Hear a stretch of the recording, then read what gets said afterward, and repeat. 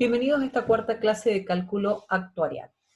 Vamos a continuar analizando los temas que venimos viendo respecto de rentas vitalicias. En la clase anterior terminamos de analizar los diferentes tipos de rentas, cómo calcular el costo. Y hemos calculado en todos los casos el costo considerando que pagábamos una prima pura única, ¿sí? Pero nosotros habíamos dicho inicialmente, cuando arrancamos a ver el tema de cálculo actuarial, que como en toda operación financiera, siempre tiene que haber una ecuación de equilibrio, un equilibrio entre lo que es el pago de las primas y el desembolso por parte de la compañía. Todo lo que nosotros hemos venido haciendo hasta ahora es evaluar los desembolsos por parte de la compañía. Hemos estado calculando el costo de la renta como el valor actual de los desembolsos por parte de la compañía, suponiendo en todos los casos que pagábamos con una prima pura única U. Pero cuando nosotros vimos los componentes, los diferentes elementos que tiene un contrato de seguro, habíamos visto que las primas podían ser nosotros podíamos tomar la decisión de pagar con una prima pura única, ¿sí? Que es la que se denomina U, o podíamos decidir pagar con primas periódicas, en donde siempre, o inicialmente en el cálculo actuarial, usamos primas anuales, ¿sí? Recuerden que la periodicidad que utilizamos es siempre anual. ¿Mm? Entonces, podemos decir que el costo de un seguro que se identifica con U puede ser cancelado en el momento de la contratación pagando U pesos, que es la prima pura única, o en forma periódica mediante H primas de valor P, a intervalos regulares, en general años. ¿Sí? Bien, vamos entonces ahora a ver cómo sería, ¿sí? O cómo calculamos el costo cuando lo pagamos con primas periódicas. ¿Sí? Si nosotros pagamos el costo con una prima pura única, acá tenemos el diagrama temporal, yo voy a usar, o vamos a utilizar para esta clase, una renta, fíjense que está diferida por H periodos y es temporaria por N, pero esto es a modo de ejemplo, ¿sí? Es aplicable para cualquier tipo de renta, es simplemente para ejemplificar. Si nosotros pagamos con prima pura única, diríamos que el costo de esta renta lo podemos calcular como C por N de X más H, menos n de x más h más n sobre d de x, ¿sí? Siempre evaluando a la edad x. ¿Qué ocurriría si nosotros pagáramos con primas periódicas? ¿Sí? Fíjense, durante la primera etapa, los h periodos, los primeros h años, vamos a pagar primas periódicas y luego vamos a empezar a percibir por parte de la compañía lo que hayamos contratado. Insisto, esto es un ejemplo, ¿sí? También podríamos decidir pagar las primas durante toda la vigencia del contrato. Pero he tomado este ejemplo para mostrarles cómo es el cálculo cuando las primas son periódicas. ¿Qué vemos acá? Estas primas constituyen una renta también, ¿sí? Constituyen una renta que también van a estar supeditadas a la vida del asegurado, porque obviamente que en el momento de que el asegurado muera, no va a seguir pagando las primas. Entonces, podemos calcular el costo, este costo U, como el valor actual de esta renta temporaria que conforman estas primas. Y como es temporaria, en el numerador tendremos una resta, n de x menos n de x más h. Recién en la definición vimos, a la cantidad de primas la vamos a denominar con una letra h, sobre d de x, que es el momento en el que estamos haciendo la evaluación. Y eso va a ser igual a la renta que hemos contratado, que en este caso puntual es la misma renta que vimos anteriormente, una renta temporaria con vigencia entre la edad X más H y la edad X más H más N, temporaria por N años. ¿Sí? Bien, entonces, si vemos cómo es el costo cuando pagamos con prima pura única, decimos U es igual a C por n de x más h menos n de x más h más n sobre d de x. Y si pagamos con primas periódicas, tenemos por un lado la renta de las primas y por otro lado la renta que conforman los términos de la renta. Si los segundos miembros son iguales, los primeros miembros también lo son. Entonces nosotros podemos decir que el costo de la operación, cuando se paga con primas periódicas, lo vamos a calcular como P por una n de x menos n de x más h sobre d de x. ¿sí? Un dato que es importante tener en cuenta es que la renta que forman las primas las rentas son siempre adelantadas, porque ninguna compañía de seguros nos va a asegurar si nosotros no pagamos al menos una prima. En conclusión, las rentas que forman los pagos de las primas son siempre rentas vitalicias adelantadas. Bien. Vamos a ver ahora qué ocurre cuando aparecen las rentas subperiódicas, es decir, ya el periodo no es más un año, sino que es un periodo menor a un año, por eso es subperiódicas, dígase semestre, bimestre, mes, lo que fuera, ¿sí? Se denomina renta vitalicia subperiódica a toda prestación que se paga o que se cobra con una periodicidad distinta al anual, condicionada a la supervivencia del asegurado. Por ejemplo, es una renta vitalicia mensual el cobro de la jubilación. Y podría ser una renta vitalicia semestral el aguinaldo que se paga sobre la jubilación. ¿Sí? Bien. Vamos a mostrar acá para una determinada renta, ¿sí? Cómo se calcula, pero es aplicable para todos los diferentes tipos de renta que hemos visto. Si nosotros tenemos una renta vitalicia inmediata, ilimitada y vencida, el factor de actualización subperiódico va a ser A de X con un supraíndice M, que es lo que indica la periodicidad. ¿Y cómo se calcula? Se calcula con el factor de actualización anual más un factor de corrección M-1 sobre 2M. ¿Sí? Si la renta fuera adelantada, el factor de actualización subperiódico lo vamos a calcular con el factor de actualización anual menos el factor de corrección M-1 sobre 2M. Fíjense que la única diferencia que hay entre la fórmula de la vencida y la fórmula de la adelantada es que en la vencida se suma el factor de corrección y en la adelantada se resta el factor de corrección.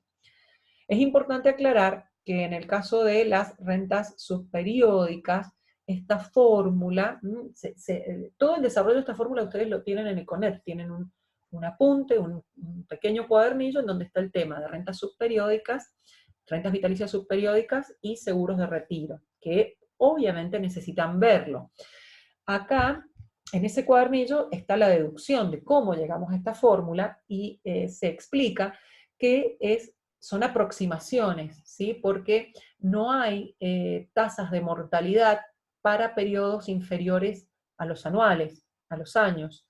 Entonces se hace como una aproximación para poder determinar los valores de las rentas cuando no son anuales, cuando son subperiódicas, ¿sí? Tenemos que tener en cuenta que si los periodos son meses, M es igual a 12, si son bimestres, M es igual a 6, si son semestres, M es igual a 2. Nosotros vamos a trabajar para este desarrollo con rentas adelantadas y con M igual a 12, ¿sí? Eso es importante que lo tengan en cuenta, que presten atención, porque si cambiara la periodicidad de las rentas, M va a tomar otro valor, ¿sí? Y si las rentas no fueran adelantadas, cambiaría el signo del factor, el signo que precede al factor de corrección. Bien, vamos a ver el caso de una renta vitalicia inmediata y limitada, ¿sí? Si la renta fuera anual, el costo lo calcularíamos como el término de la renta por el factor de actualización actuarial, C por N de X sobre D de X. Si la renta es mensual, el costo se calcula como M por C, ¿sí? Acá multiplicamos, en este caso 12 sería, ¿no es cierto?, porque está la cantidad de meses por el término de la renta. Sería como una anualización entre comillas del término de la renta por el factor de por el factor de actualización actuarial subperiódico. ¿Y esto a qué es igual? A M por C por el factor de actualización actuarial anual menos el factor de corrección M-1 sobre 2M. ¿Sí? Si nosotros reemplazamos por los valores de conmutación, podemos decir que el costo va a ser igual a 12 por el término de la renta por el factor de actualización. O 12 por C, entre corchetes, N de X menos D sobre D de X menos 11 sobre 24. ¿Mm? Así se expresaría o calcularíamos el costo de una renta vitalicia inmediata, ilimitada, adelantada, de término mensual. Bien. Veamos qué ocurre si la renta vitalicia es diferida e ilimitada. La renta anual, el costo lo sabemos calcular, ¿sí? Sería C por una N de X más M sobre D de X. Esto lo acabamos de ver en el video anterior, ¿sí? ¿Cómo calculábamos nosotros este costo? ¿Cómo hicimos para llegar a deducir esta fórmula?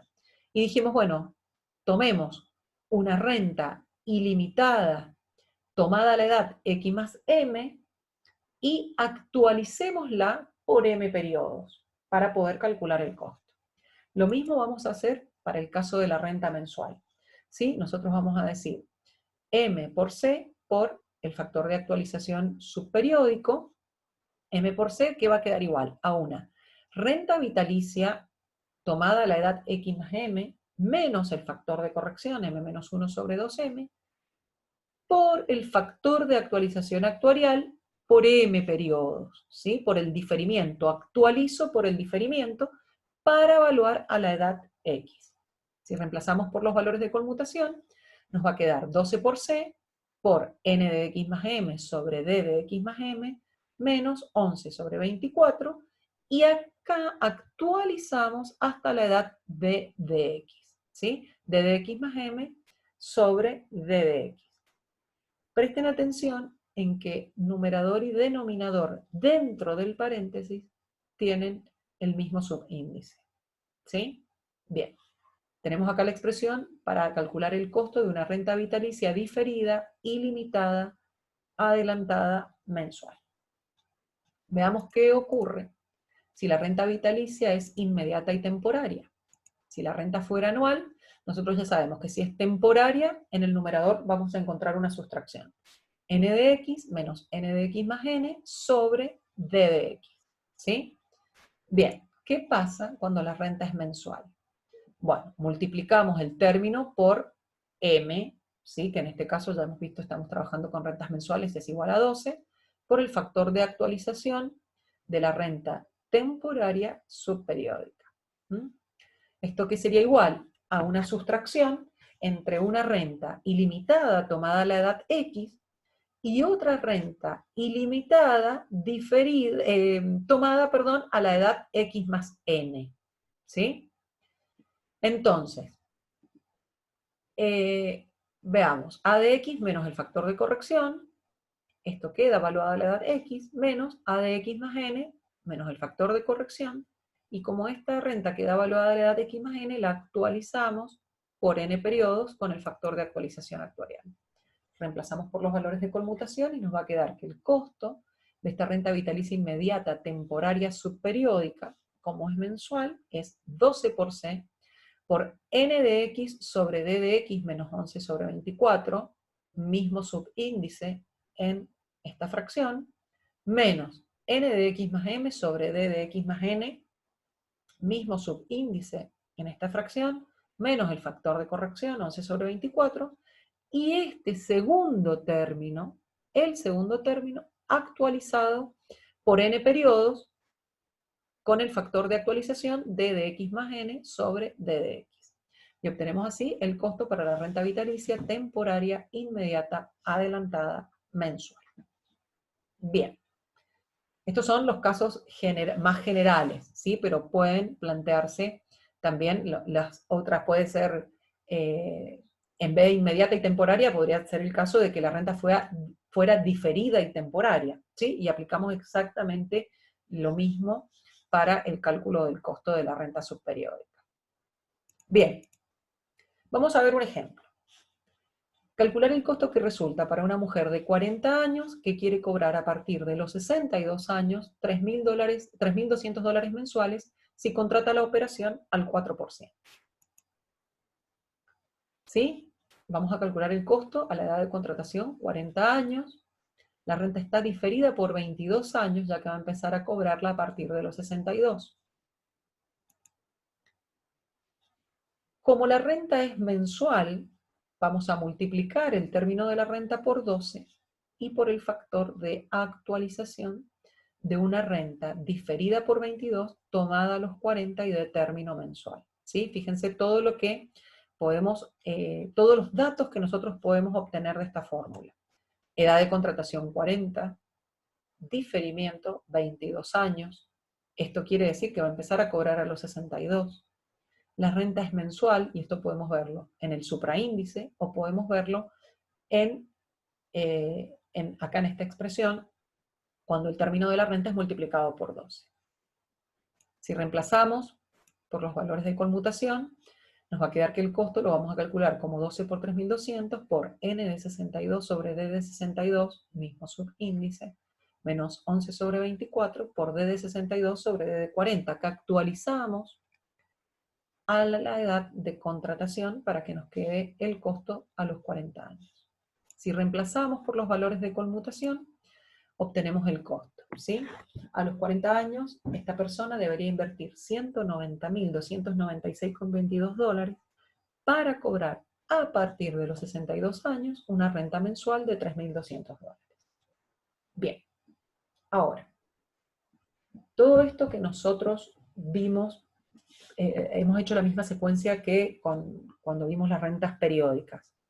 Primero analizamos la parte de las contraprestaciones de la compañía, pero así como la mensualización la hemos visto ahora para las contraprestaciones de la compañía, podría suceder que decidamos pagar las primas en forma mensual, ¿sí? O en una periodicidad diferente del año.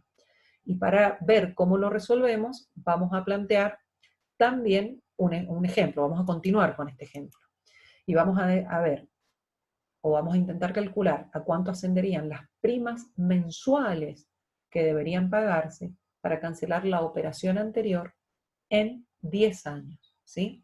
Es decir, que en vez de pagar ahora al inicio del contrato, a la edad 40, $190.000, esta persona, esta mujer que está contratando, decide pagar primas mensuales entre los 40 y los 50 años.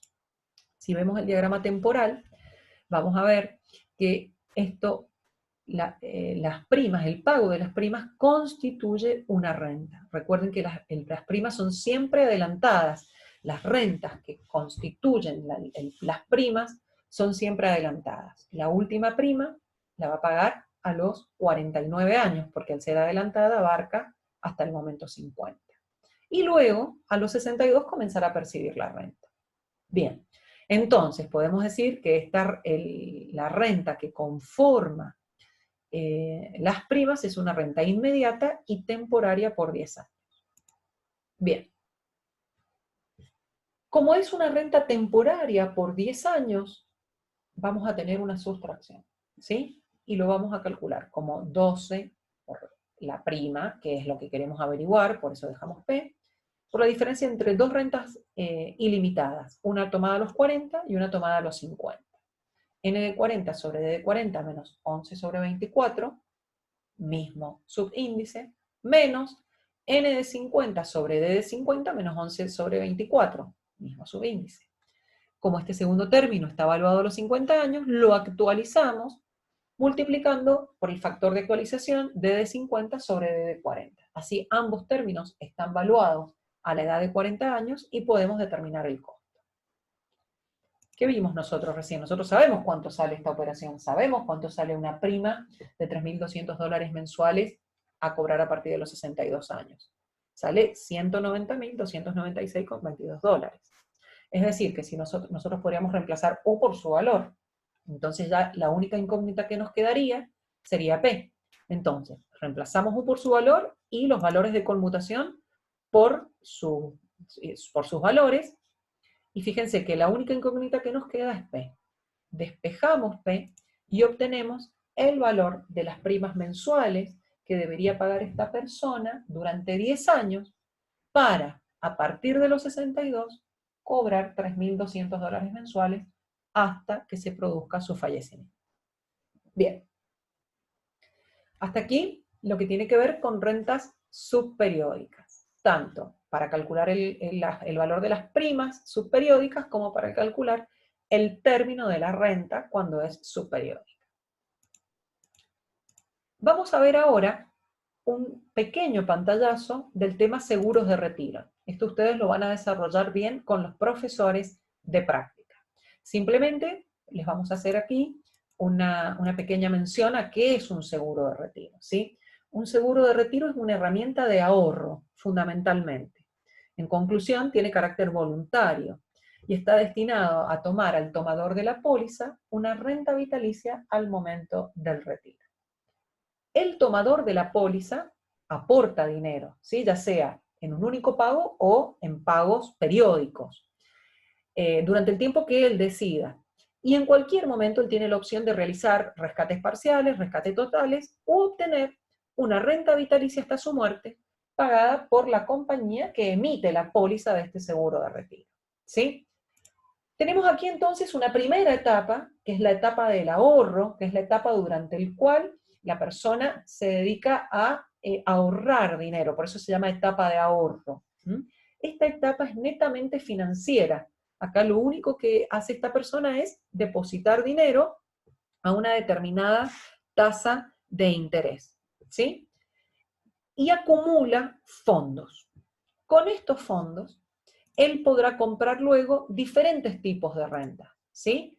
Puede ser una renta vitalicia normal, podrá comprar una renta vitalicia temporaria, podrá comprar una renta vitalicia garantizada. Se denomina garantizada porque tiene una parte que es netamente financiera y una parte que es actuarial. O podrá comprar una renta vitalicia extensiva al sucesor. ¿Qué hay que tener en cuenta? Que los fondos que uno acumula durante la etapa de los ahorros son deducibles de la base del impuesto a las ganancias. No pagan bienes personales y además estos ahorros son inembargables y son heredables, es decir, si fallece el ahorrista, sus herederos recibirán el dinero que él ha acumulado. ¿Sí? Cosa que no ocurre en las operaciones actuariales. Recuerden que una vez que una persona fallece, el contrato con la compañía de seguros se termina. ¿Sí? Lo que él haya ahorrado es heredable. Así es que, bueno, este es un pequeño vistazo sobre el tema de seguro de retiro que ustedes van a ver mucho más ampliado en las clases con los profesores de práctica. Y hasta aquí llegamos con este video. Hasta aquí hemos visto todas las operaciones que tienen que ver con seguros en caso de vida. A partir del próximo video vamos a empezar a ver las operaciones que están vinculadas con seguros en caso de muerte. Muchas gracias.